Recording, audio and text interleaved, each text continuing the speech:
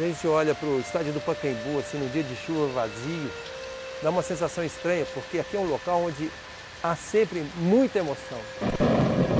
E agora ele está frio, vazio.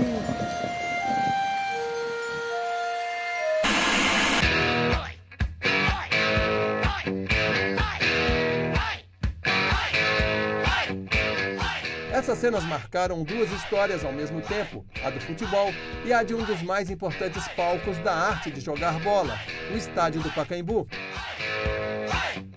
Ele foi inaugurado em 27 de abril de 1940, na época o maior do Brasil, maior da América do Sul. Desde o primeiro dia, o espaço já mostrava a sua importância para a capital paulista. O Pacaembu já começou com um protesto, né? É uma história muito engraçada, porque São Januário, no Rio de Janeiro, o estádio do Vasco, era o maior do Brasil. E aí o Pacaembu chega em 1940, superando o estádio dos Cariocas. E foi assim durante 10 anos, até o Rio aí rebater com o Maracanã. E aí a gente já começa aqui, né, no dia da inauguração do estádio, Getúlio Vargas vem fazer um discurso e é vaiadíssimo. Getúlio Vargas era presidente do Brasil, um ditador, que havia derrotado o estado de São Paulo na Revolução Constitucionalista 8 anos antes. Era essa mágoa que o paulista carregava ainda e usou a inauguração do Pacaembu, né, para mostrar o seu descontentamento. Mas não convidamos o jornalista esportivo Marcelo Duarte para falar de política. Com tanta janela, ele vai nos contar parte da história do Pacaembu. O tobogã, né, que é aquela parte de lá, ele não existia. Ali nós tínhamos a concha acústica, tinha a estátua de Davi, que era uma réplica. Que ficava... Davi de Michelangelo? Exatamente, a gente tinha uma réplica. Hoje essa réplica está no bairro do Tatuapé, em São Paulo. Então ficava ali. Ali no canto esquerdo, do pé do tobogã ali? Encostado ali.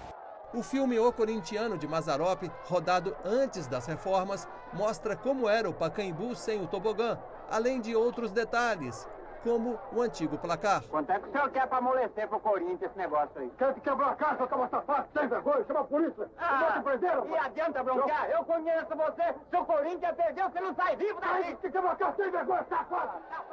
Mas esse palco, vamos dizer, sagrado do futebol, não perdeu seu glamour e a importância por causa das alterações feitas no projeto original. Aqui aconteceram partidas históricas, como finais de Libertadores da América. Conquistada pelo Santos contra o Peñarol aqui e a do Corinthians conquistada contra o Boca aqui. A seleção brasileira também tem histórias por aqui, como uma partida disputada na Copa de 1950. Aquele Brasil 2, Suíça 2, que a gente conheceu o tal do ferrolho suíço, né, que era uma marcação muito forte, também foi aqui. O estádio é conhecido simplesmente por Pacaembu, que na língua tupi significa terras alagadas. Depois de o Brasil ganhar a primeira Copa do Mundo em 1958, o Estádio Municipal de São Paulo recebeu o nome do chefe da delegação brasileira daquela conquista histórica, Paulo Machado de Carvalho. O Pacaembu foi inaugurado, pensado, diziam, né, com capacidade para 60 mil pessoas. Esse era o número. E aí o recorde oficial do Pacaembu é de 71 mil pessoas na estreia do Leônidas da Silva com a camisa do São Paulo. Né? Ele veio contratado pelo São Paulo em 42. Ele veio de onde? Botafogo? Do Flamengo. Do Flamengo. E aí era, né, esperadíssimo, porque tinha gente dizendo que o Leônidas já tinha acabado o futebol, gente que não. E aí ele fez a estreia aqui em 42, um São Paulo 3, Corinthians 3. E aí, né, tem gente que contesta, diz que esse número não é oficial. Sei. Mas quando você pergunta aqui, o recorde oficial é desse jogo, 71 mil pessoas. E ainda não tinha o tobogã. Sem o tobogã. Nossa. E aí o engraçado é que hoje a polícia permite a entrada de 37 mil pessoas aqui. Infelizmente, a frequência nos estádios vem diminuindo por causa da violência das torcidas. Há algumas décadas, vir ao Pacaembu era programa de família. Eu vinha muito com meu pai aqui, com os meus irmãos, e a gente gostava de ficar, né, que tinha aqui, eu sou corintiano, a torcida da Curvinha. Com o surgimento dos estádios dos clubes paulistanos, como o Parque Antártica e o Morumbi, o Pacaembu perdeu um pouco de sua importância por um período. Mas, nos últimos anos, ele voltou a ser a bola da vez. E outro jogo muito importante recente foi a despedida do Ronaldo aqui. Sim. A seleção brasileira escolheu o Pacaembu para jogar contra a Romênia e ele fez a despedida aqui. Em breve, o estádio de abertura da Copa do Mundo em Itaquera estará pronto. Como ficará o Pacaembu nesse contexto? Eu acho que essa é a grande pergunta. E aí acho que nesse momento o Museu do Futebol vai ser importante aí sim para que o estádio continue existindo, que as pessoas encontrem soluções para ele. Eu acho que o museu hoje é uma coisa tão importante na vida de São Paulo, né? Hoje é o segundo museu mais visitado da cidade, ele é moderno, ele hoje ele é referência para outros museus. Então o fato do museu já estar aqui vai fazer com que o Pacaembu seja preservado.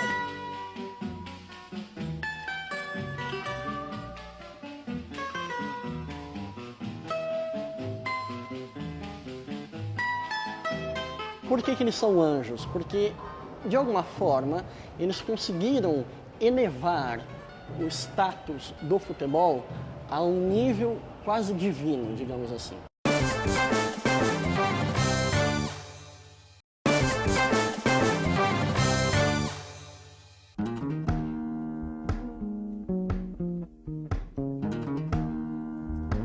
Estádio Municipal Paulo Machado de Carvalho. Aqui houve partidas memoráveis que entraram para a história do futebol. E não é à toa que o Museu do Futebol está instalado nesse prédio. Quem nos recebe no Museu do Futebol é o educador Marcelo Continelli. Tudo bom? Marcelo? Marcelo, muito prazer. Prazer é meu. Logo na entrada, ele nos fala de emoção, história e diversão. É isso que os visitantes encontram por aqui. Essa maquete é o quê? O estádio do Pacaembu? Isso, essa é a maquete do estádio do Pacaembu, que a gente apresenta aqui no Museu do Futebol, para mostrar aos visitantes onde está o Museu do Futebol e também lembrar a importância do estádio do Pacaembu na história da cidade de São Paulo. Atrás do estádio, uma coisa bacana, existe um clube. Esse clube ele é público, já que o estádio é um estádio municipal. É um clube que tem piscina, tem quadro de tênis aberto, descoberto, tem um ginásio poliesportivo. É um clube completo para a população de São Paulo. Daí aqui, eu queria apresentar essa parede aqui para você, porque essa parede, ela dá a medida da proposta do Museu do Futebol. E qual que é essa proposta? Primeiro, não é falar de nenhum time específico. Então o visitante que vem aqui, ele vem para saber sobre o futebol, para entender essa relação de paixão do brasileiro com o futebol. Então aqui nessa parede, a gente tem quadros com imagens que remetem de alguma forma à memória do visitante que, talvez em algum momento da vida dele, ele colecionou alguns desses objetos. Então aqui ele começa a criar uma primeira identificação dele mesmo, com a memória que ele tem do futebol, com o museu. Então ele percebe que esse não é um museu que estranha as pessoas, ou que afasta as pessoas. Que muito pelo contrário, você vem aqui, você se identifica, você se enxerga. Existe uma afinidade, né? Exatamente, existe uma afinidade. Principalmente para os tiozinhos. Pô, já tive aquela figurinha, exatamente, já tive esse cartaz. Exatamente. E aí vai relembrar de alguns momentos históricos. A taça Júlio Zimei. A derretida Júlio Zimei, né? Que custamos tanto a ganhar, o pessoal derreteu ela. Derreteu, foi uma pena mesmo. Por exemplo, uma imagem muito bacana é essa daqui, que é uma ampliação do ingresso que aconteceu, de um jogo que aconteceu lá no Maracanã, no dia 19 de novembro de 69, Vasco e Santos. Quem comprou esse ingresso e assistiu esse jogo no Maracanã, viu o Pelé com 29 anos. O milésimo gol, não foi isso? Fazer o milésimo gol. Tiozinho também lembra, eu lembro disso, gol de pênalti. Né? Exatamente. Então essas imagens, elas buscam trazer essa afinidade do visitante com o museu.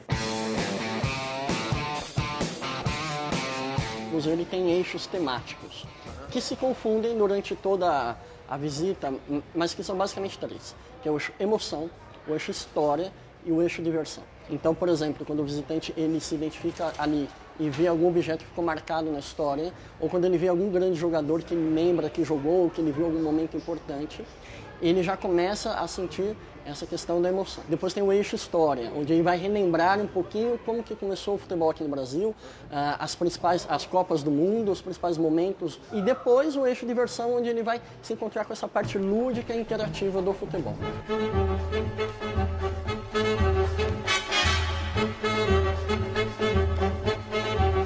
Essa aqui é a sala Anjos Barrocos. Aqui nós temos 25 grandes jogadores. Todos eles atuaram pela seleção brasileira e deixaram sua marca na história do futebol. E por que eles são anjos? Porque, de alguma forma, eles conseguiram elevar o status do futebol a um nível quase divino, digamos assim. Então, por esse motivo, eles se separam de nós, que somos réis mortais perto deles, que são verdadeiros anjos do futebol. Aí você pode reparar que nas imagens, nenhum dos jogadores está com os 2 pés completamente no chão, como se de fato eles estivessem flutuando aqui na nossa frente. Essa é a sensação que essa sala propicia, junto ao batuque que a gente está ouvindo, que dá esse tom de religiosidade aqui da sala, como se fosse de fato uma cerimônia em que nós estamos encontrando as grandes referências dessa religião que é o futebol. São poucos museus no mundo que têm todo esse cuidado. Tem a explicação em espanhol, em português, em inglês e em braille, para as pessoas lerem o que tem nessa sala. É muito legal. O museu ele tem acessibilidade desenvolvida para receber o público, como por exemplo aqui o público que é cego e que não pode dar conta das imagens visualmente, então ele pode dar tocando e percebendo as posições em que os jogadores estão. São as mesmas posições. E aqui tem braille, né? E aí tem o braille também. Que ele... de Pelé no famoso chute de bicicleta. Isso. E a pessoa vai lendo em braille, o chão é todo marcado. O chão é todo marcado. Pessoas com deficiência, exatamente. É o piso, necessidades especiais. Exatamente, é o piso tátil. Muito e aí legal. Ele pode fazer todo o caminho. Então, Bruno, aqui é bacana porque o visitante ele pode fazer uma seleção de jogadas que ficaram marcadas na história do futebol. Só que é uma seleção feita por personalidades do futebol ou da mídia. Cada uma dessas pessoas escolheu o gol que ficou marcado na vida delas e aqui eles relatam esse gol. E aí, possivelmente, talvez, o gol que ficou marcado na vida delas seja o gol que ficou marcado na vida do visitante. Claro, também. Claro. Vamos ver um aqui? Vamos, aqui pode escolher inclusive o idioma, né? Isso, exatamente. Aqui você tem as opções dos idiomas, então português, inglês e espanhol. Vou colocar em português. Ele tem a legenda para os visitantes são surdos, né? E aqui você pode escolher pelo narrador ou pela jogada. Tem 12 caras em cima dele, faz uma jogada quase de futebol de salão, assim, sem nenhum espaço, ele vê o Jairzinho que, né? Aqui a gente tem uma parte interessantíssima que são trechos de narrações de rádio. Então aqui o visitante ele pode selecionar um narrador, aqui narradores de fato de rádio, e ouvir um trechinho da narração desse narrador. Vamos pegar esse de 1970. Ok. Aliás, esse aí de 70 é o mesmo gol que a gente viu aqui. Ah, que legal. Movimentada, César Carlos Alberto pela direita, cruzou no centro para a Tostão, ajeitou, virou, chutou, comprou o corpo, entretanto de Labori, a bola esquerda volta para ficar com Tostão outra vez, recebeu, dominou, empurrou na ponta esquerda para Paulo César, tá para Tostão, escapou de um contrário, outra finta em cima de Valdemur, escapou também de Reich, levantou para Pelé, ajeitou, dominou, voltou para sair, voltou.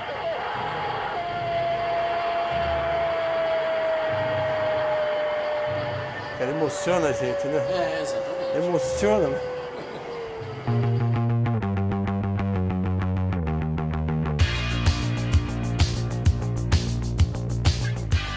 A ideia é que o visitante aqui entre numa experiência e faça parte desse futebol, se reconheça dentro disso.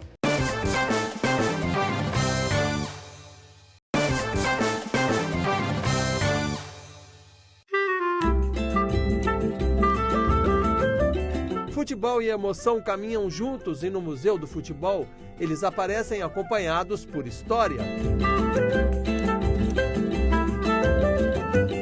Aqui nessa sala, o visitante vai conhecer um pouquinho sobre as origens do futebol brasileiro. Então, qual que é a proposta dessa sala?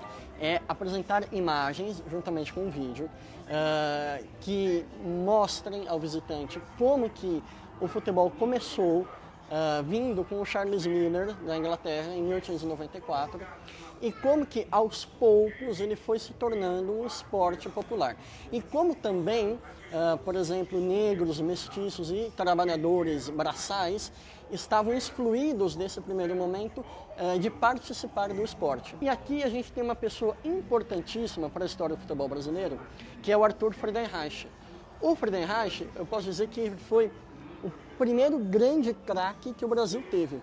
Só que o Friedenreich ele aparece no momento em que o futebol ainda não era regularizado como profissão. Então, o destaque dele foi muito menor do que deveria ter sido. E o Friedenreich ele tem um dado interessantíssimo, que é o seguinte, ele era mestiço. A mãe dele era negra e o pai dele era um alemão branco. Então ele nasceu mestiço. E os mestiços e os negros nessa época jogando não eram muito bem vistos. As pessoas não gostavam de ver ele como se fosse algo errado, digamos assim. Só que ele era mestiço e ele era um excelente jogador. E ele quebrou um padrão de preconceito da época, mostrando que a habilidade de se jogar futebol nada tem a ver com a cor da pele e nem com a condição social. Quer dizer, o talento dele já começou a quebrar um preconceito. Exatamente. Um dado importante é que em 1923 o Vasco ele ganha o campeonato com negros no time. E isso encerra esse ciclo de preconceito. 1900 e quanto? 23. Nossa. Exatamente.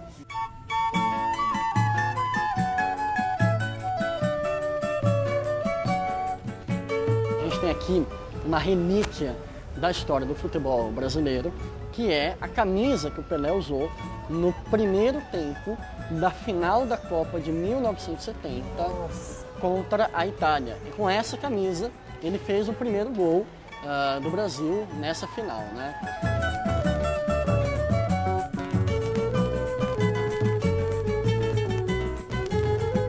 Na próxima sala, o visitante que vem ao museu, ele pode sentir a emoção de estar num estádio junto com a torcida que faz de tudo, que pula, que grita, que xinga e etc. É aqui? É aqui, exatamente. É uma estrutura do prédio, né? Ele usou a estrutura. Exatamente. Aqui, essa sala ela foi quase que adaptada.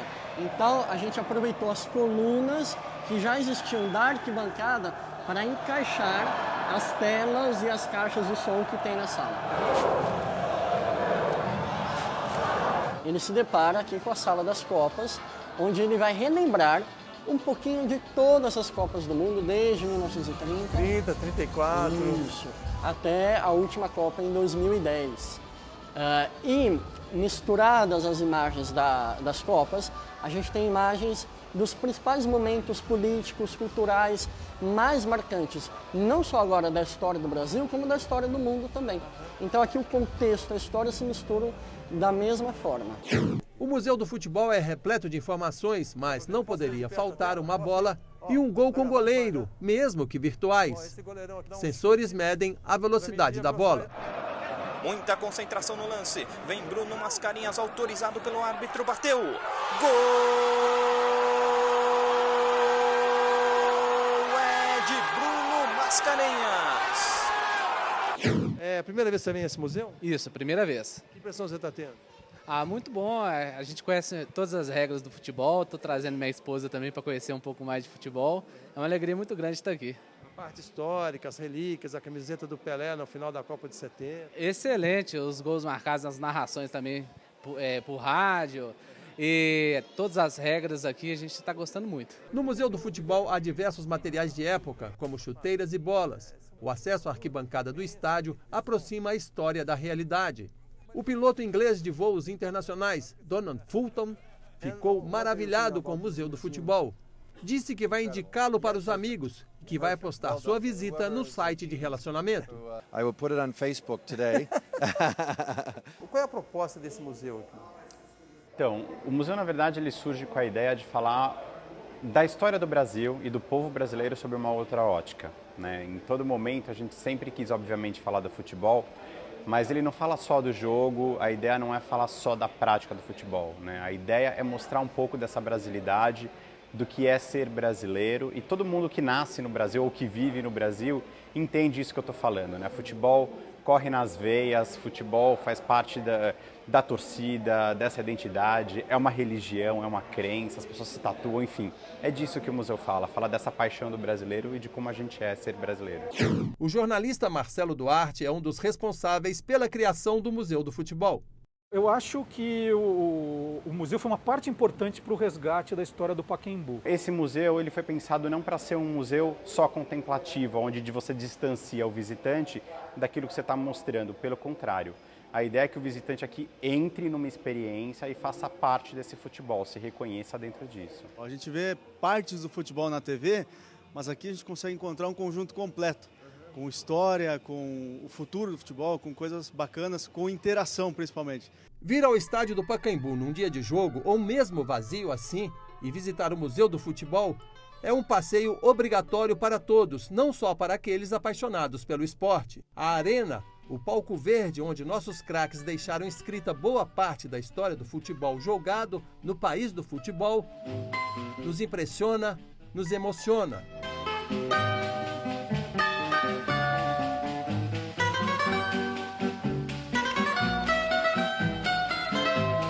O museu é muito mais do que a cereja do bolo.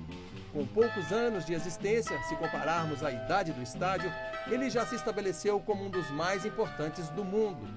Aqui ele enaltece a história, não só a do futebol.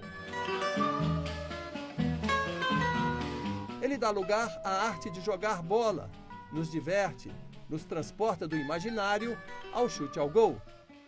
O clube do coração de cada um não aparece explicitamente, mas sim aquilo que está no coração de todos que o visitam. O amor ao esporte mais popular do planeta, que aqui está representado com inteligência e sensibilidade. Privilégio nosso de ter no país essa dupla de peso, o Estádio do Pacaembu e o Museu do Futebol.